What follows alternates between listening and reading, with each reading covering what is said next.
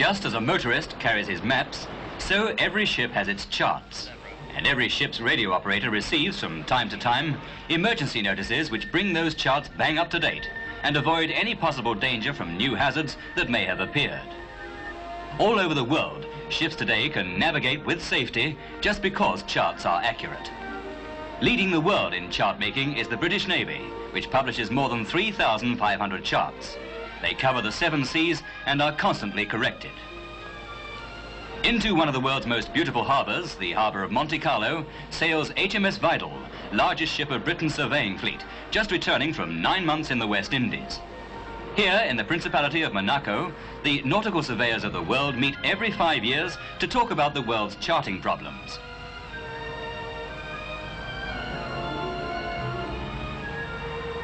At this conference, with Britain's hydrographer, Rear Admiral Edmund Irving, as host, Vidal went out on a short voyage to demonstrate new British surveying equipment.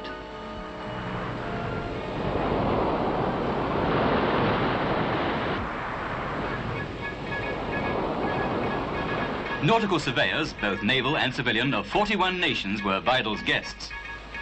Britain's 12 survey vessels are equipped with every kind of modern apparatus.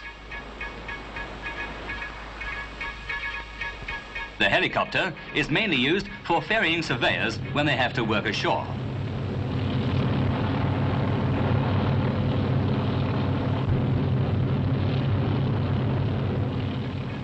How did this business of mapping the oceans begin? Ships' captains made the first charts, like this one of 1747, drawn on a sheepskin. And this chart of Newfoundland, made by famous explorer Captain Cook 200 years ago.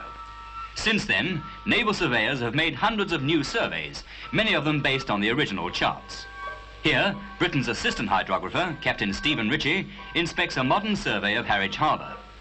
A new survey often reveals changes in the shape of the sea bed, which means that each chart in stock has to be corrected by hand before it's issued.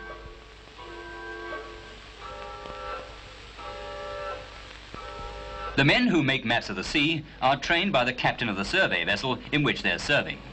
They are assisted by specialist ratings known as recorders, who go to the hydrographic school at Devonport. Many a recorder has started off by spending several months with other ratings on a remote island. Their job there is to set up and operate a radio station which enables surveyors on the parent ship to plot their position. Their great day is once a month when mail and supplies arrive. Some recorders are drafted to ships in home waters, like HMS Shackleton, which, after 25 years' work, pays her last respects to her sister ship Scott before going to the breakers' yard.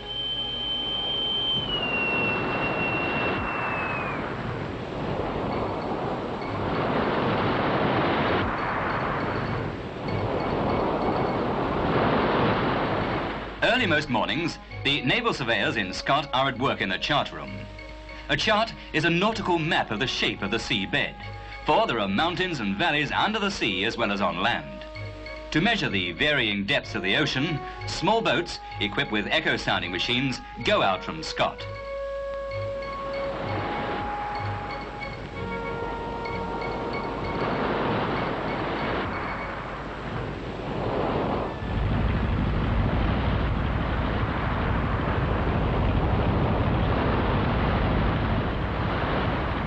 Since 1928, the echo sounder has been used to draw a complete picture of the sea bed.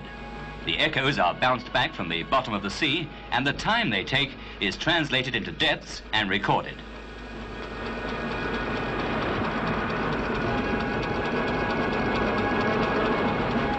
The sounding boat usually puts to sea for a 10-hour stretch, and the crew prepare their own meals and hot drinks in the boat's tiny galley.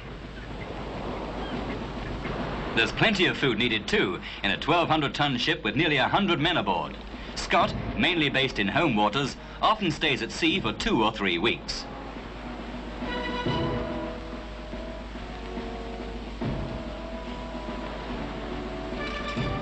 Much of the work is done on the bridge.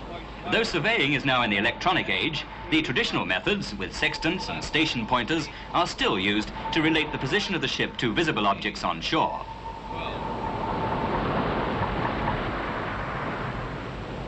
On the bridge, too, is an echo-sounding cubicle.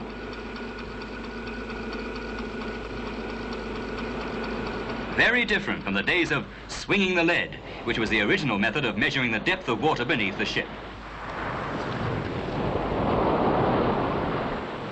Today, the echo sounder does the job, while in the radar room, the screens give a complete picture of any land or visible obstructions.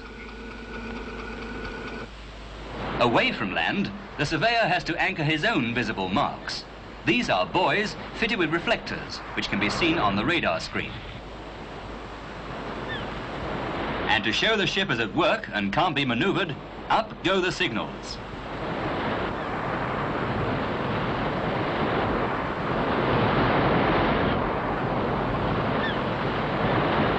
How do you measure the distance between two marker buoys? Piano wire is the answer, because it's light and strong. It's run out from the ship along the seabed. Often on her North Sea surveys, Scott runs into bad weather. Sometimes it's bad enough to hold up her survey work. 15 stars, wheel over. Thank you. But the crew are not idle even then. Upkeep of the equipment is all done aboard, and rough weather means that survey poles need plenty of repainting. Of course, even surveyors need to relax. What do they dream about? Hidden depths, obviously. But the chart room is still awake. After supper, the crew of the sounding boat are busy recording all the depths taken during the day. Later, they'll be sent back to the hydrographic department in London so that revised charts can be made of the area. Today, the amateur yachtsman too is catered for by Britain's chart makers. Specially designed for the use of yachtsmen around Britain's shores, this is the first chart of a series.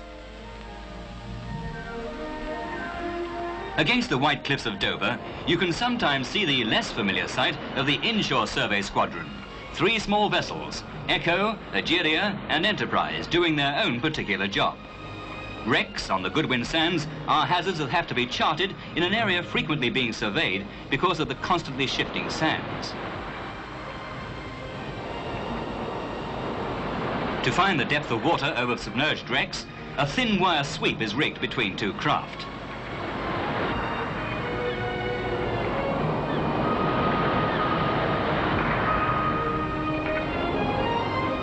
The Royal Navy's surveying service has come a long way since the days of the first chart makers.